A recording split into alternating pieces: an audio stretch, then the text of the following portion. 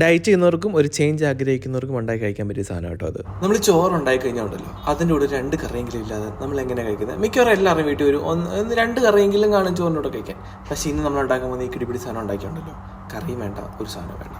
ഇത് നമ്മൾ കുറേ ആൾക്കാരോട് ഈ നമ്മുടെ മില്ലറ്റ് വെച്ചിട്ടുള്ള റെസിപ്പി ചോദിക്കുന്നുണ്ട്. അപ്പം മില്ലറ്റും അതുപോലെ സോയ ചങ്ക്സ് ഇല്ലേ, ആ സാധനം ഞാൻ ഉദ്ദേശിച്ചു കേട്ടോ.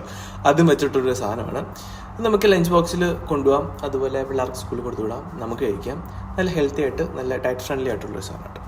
അപ്പോൾ നമുക്ക് ഉണ്ടാക്കിയാലോ? കുറച്ച് ഇഞ്ചി, വെളുത്തുള്ളി, കുരുമുളക്, വലിയ ജീരകം ഇതൊന്ന് ചതച്ച് വെക്കണം കേട്ടോ. എന്നിട്ട് ഒരു പാത്രത്തിൽ കുറച്ച് ഓയിൽ ഒഴിക്കുക, കടുകും ചെറിയ ജീരകം പൊട്ടിക്കുക കേട്ടോ. എന്നിട്ട് അതിനകത്തോട്ട് ചതച്ച സാധനങ്ങൾ ഇട്ട് കൊടുക്കുക, പച്ചമുളക് ഇട്ട് കൊടുത്ത് നന്നായിട്ടൊന്ന് വഴറ്റിയെടുക്കുക. പിന്നെ അതിനകത്തോട്ട് മുളക് പൊടി, മല്ലിപ്പൊടി, ഗരം മസാല ഇട്ട് നന്നായിട്ട് പൊടിയുടെ പച്ചമുളകൊക്കെ ഒന്ന് മാറണം കേട്ടോ. എന്നിട്ട് നമ്മൾ തിളച്ച വെള്ളത്തിലിട്ട് കുറച്ച് സമയം വെച്ചിട്ട് നമ്മൾ സോയ ചങ്ക്സ് എടുക്കത്തില്ല, എല്ലാവർക്കും അറിയാമല്ലോ, ആ സാധനം പിഴിഞ്ഞ് വെള്ളം കളഞ്ഞ് നന്നായിട്ട് ഇട്ട് കൊടുക്കുക.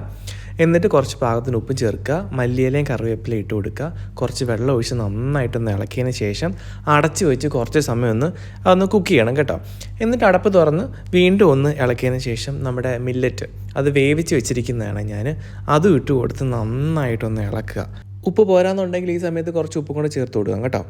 എന്നിട്ട് ചൂടോടെ കഴിക്കണം, നല്ല ടേസ്റ്റാണ്. കുറച്ച് തൈരോ ഇത്തിരി അച്ചാറോ സൈഡിലുണ്ടെങ്കിൽ കൊള്ളാം, കുഴപ്പമില്ല കേട്ടോ. അതില്ലേലും കുഴപ്പമൊന്നുമില്ല. അപ്പോൾ എല്ലാവരും ട്രൈ ചെയ്ത് നോക്കിയിട്ട് എങ്ങനെയുണ്ടെന്ന് പറയണം കേട്ടോ.